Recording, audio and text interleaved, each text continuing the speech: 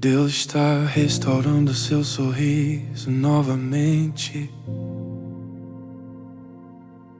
Nem toda cura acontece imediatamente.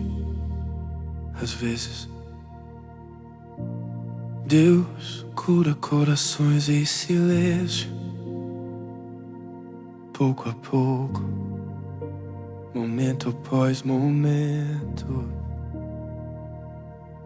respiração após respiração. Que um dia, de repente, você percebe que está sorrindo novamente, rindo novamente, sonhando novamente, vivendo novamente.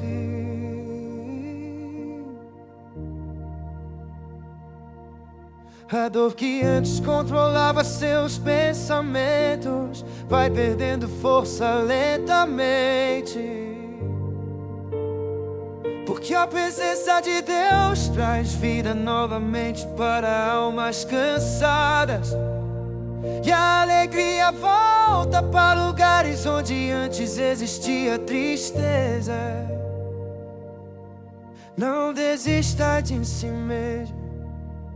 Deus ainda está curando partes de você que ninguém consegue ver, e a versão de você está chegando. Vai carregar mais paz do que dor,